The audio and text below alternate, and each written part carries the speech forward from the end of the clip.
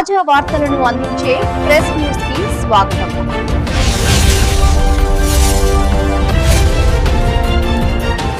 నమస్తే, welcome to press news. బులెటిన్ల ముందుగా headlines చూద్దాం.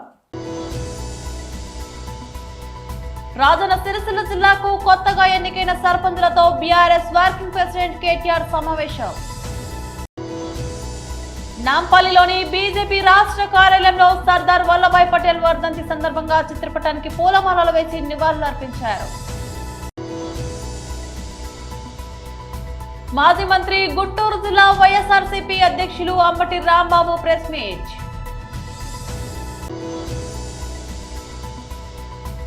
ఢిల్లీలోనూ అదే సీన్, మెస్సీని చూసేందుకు పోటెత్తిన అభిమానులు. రాజన్న సిరిసిల్ల జిల్లాకు కొత్తగా ఎన్నికైన సర్పంచులతో బీఆర్ఎస్ వర్కింగ్ ప్రెసిడెంట్ కేటీఆర్ సమావేశం నిర్వహించారు.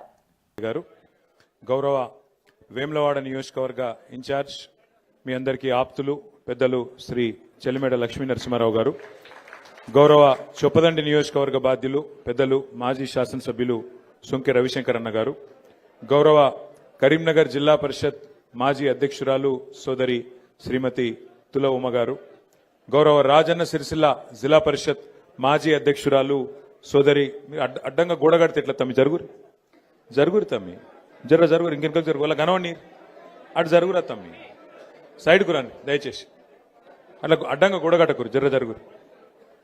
రాజన్న సిరిసిల్ల జిల్లా పరిషత్ తొలి అధ్యక్షురాలు మా సోదరి శ్రీమతి న్యాలకొండ అరుణా రాఘవరెడ్డి గారు, గౌరవనీయులు సెస్ చైర్మన్ గారు సోదరులు చిక్కాల రామారావు గారు, మార్క్ఫెడ్ మాజీ అధ్యక్షులు సోదరులు శ్రీ లోక బాపిరెడ్డి గారు, కరీంనగర్ జిల్లా పరిషత్ మాజీ ఉపాధ్యక్షుడు తమ్ముడు సిద్ధం వేణు గారు, గౌరవనీయులు మన సీనియర్ నాయకులు ఏనుగు మనోహర్ రెడ్డి గారు, సిరిసిల్ల పట్టణ పార్టీ అధ్యక్షులు జిందం చక్రపాణి గారు, గౌరవనీయులు తంగలపల్లి మండల అధ్యక్షులు శ్రీ గజబింకర్ రాజన్న గారు, వేదికపై ఆసీనులైన సెస్ ఉపాధ్యక్షులు సోదరుడు తిరుపతి గారు, సెస్ డైరెక్టర్లు, వివిధ మండలాల పార్టీ అధ్యక్షులు, అట్లాగే మాజీ జెడ్పీటీసీలు, మాజీ ఎంపీపీలు, గౌరవ రాష్ట్ర మరియు జిల్లా స్థాయి సీనియర్ నాయకులు, వేదిక ముందున్న మరి ఈరోజు ముఖ్యంగా పెళ్లి కొడుకులు పెళ్లి కూతుర్లు ఎవరైతే కొత్తగా సర్పంచులుగా గెలిచిన మా ఆడబిడ్డలకు, అన్నదమ్ములకు, పేరు పేరున ఉప సర్పంచులకు, వార్డు సభ్యులకు పేరు పేరున అందరికీ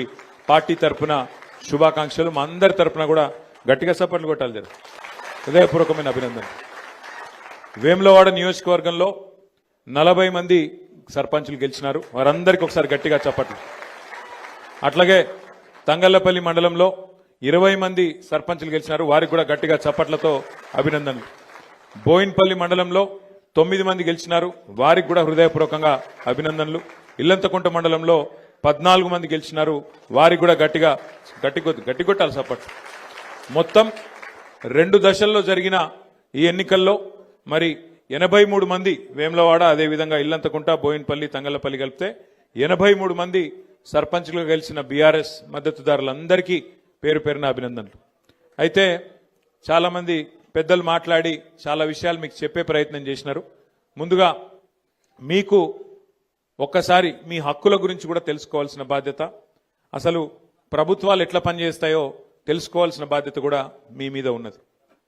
మొదటి విషయం ఏంటంటే, మీరు సర్పంచ్ అంటే ఈ రాష్ట్రానికి ముఖ్యమంత్రి ఎట్లనో సర్పంచ్ గారంటే గ్రామానికి పెద్ద దిక్కుగా, గ్రామానికి పెద్దగా సర్పంచ్ గారే ఉంటారు. నాంపల్లిలోని బీజేపీ రాష్ట్ర కార్యాలయంలో సర్దార్ వల్లభాయ్ పటేల్ వర్ధంతి సందర్భంగా చిత్రపటానికి పూలమాల వేసి నివాళులర్పించారు. సర్దార్ వల్లభాయ్ పటేల్ వారి యొక్క 75వ వర్ధంతి సందర్భంగా భారతీయ జనతా పార్టీ కార్యాలయంలో వారికి మేము పుష్పాంజలి అదేవిధంగా నివాళులు అర్పించడం జరిగింది. ఈ వ్యక్తి అయితే దాదాపు 560 చిన్న చిన్న రాజ్యాలని కలిపి ఒక మహాన్ భారత్ కింద తీర్చిదిద్దిన వ్యక్తి. మన హైదరాబాద్ స్టేట్ ఆ రోజుల్లో, అంటే ఇప్పుడు తెలంగాణ ప్రాంతము, దాంట్లో కొంత మహారాష్ట్ర, కర్ణాటక కొన్ని ప్రాంతాలతో పాటు ఉన్నటువంటి ఒక ప్రాంతం అంతా కూడా భారతదేశంలో భాగమై ఈరోజు మనం భారతీయులుగా గర్వంగా చెప్పుకునేటటువంటి ఒక రోజు వచ్చిందంటే ఆనాడు నిజాం హైదరాబాద్ స్టేట్ని పాకిస్తాన్లో కలపాలనో లేకుంటే ఒక స్వతంత్ర దేశం కింద ప్రకటించుకోవాలనే ప్రయత్నం చేసే సమయంలో ఆపరేషన్ పోలో ద్వారా నిజాం తల వంచి హైదరాబాద్ స్టేట్ని భారతదేశంలో ఒక భాగం చేసినటువంటి వ్యక్తి సర్దార్ వల్లభాయ్ పటేల్ గారు. కాబట్టి ఎవరైతే ఈ యొక్క దేశంలో మొట్టమొదటి ఒక హోంశాఖ మంత్రిగా ఆ రోజు జవహర్లాల్ నెహ్రూ గారు ఒక మాట అన్నారు, మనం ఏదైనా రాజకీయంగా మనం ముందుకు పోవాలన్నా చేయాలన్నా ఎప్పుడైనా అవసరం పడితే రాజ్యాంగాన్ని కూడా మీరు పక్కకు పెట్టండి, మనం చూసుకుందాం అనే మాట మాట్లాడారు. దాని తర్వాత శ్రీమతి గాంధీ గారు రాజ్యాంగాన్ని కాలరాసి ఎమర్జెన్సీ డిక్లేర్ చేయడం జరిగింది. మరి నెహ్రూ గారిని ఎదిరించినటువంటి వ్యక్తి, రాజ్యాంగాన్ని కాపాడాలనే వ్యక్తి ఆ రోజు అన్నటి వ్యక్తి సర్దార్ వల్లభాయ్ పటేల్. సర్దార్ వల్లభాయ్ పటేల్ని కాంగ్రెస్ మర్చిపోయింది. ఎవరైతే రాజ్యాంగంని అవహేళన చేశారో, ఎవరైతే రాజ్యాంగాన్ని కాలరాశారో వాళ్ళని మాత్రమే కాంగ్రెస్ నేతలు పార్టీలు గుర్తుపెట్టుకుంటున్నాయి. ఈరోజు రాజ్యాంగాన్ని కాలరాసింది శ్రీమతి గాంధీ గారు. మరి ఆ రోజు ఎలక్షన్ కమిషన్ మాట్లాడుతున్నారు, మనం అపాయింట్ చేసింది వాళ్ళు. వాళ్ళ సమయంలో ఎలక్షన్ కమిషన్లు అపాయింట్ చేస్తే ఆ రోజు అద్వానీ గారు పార్లమెంట్లో అడిగారు, ఎలక్షన్ కమిషన్ ఆఫ్ ఇండియా నిర్ణయంలో అపోజిషన్ పాత్ర ఉండాలి, లీడర్ ఆఫ్ అపోజిషన్కు ఛాన్స్ ఏంటంటే అవసరం లేదని చెప్పడం జరిగింది.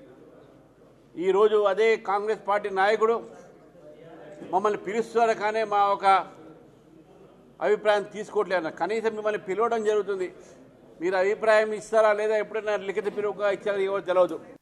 మాజీ మంత్రి గుంటూరు జిల్లా వైఎస్ఆర్సీపీ అధ్యక్షులు అంబటి రాంబాబు ప్రెస్ మీట్ నిర్వహించారు. మెడికల్ కళాశాలల ప్రైవేటీకరణ నిర్ణయంపై వైఎస్ఆర్ కాంగ్రెస్ పార్టీ ప్రజా ఉద్యమాన్ని నిర్మిస్తున్నటువంటి తీరుని మీరు చూస్తున్నారు. దాని మీద మాట్లాడే ముందు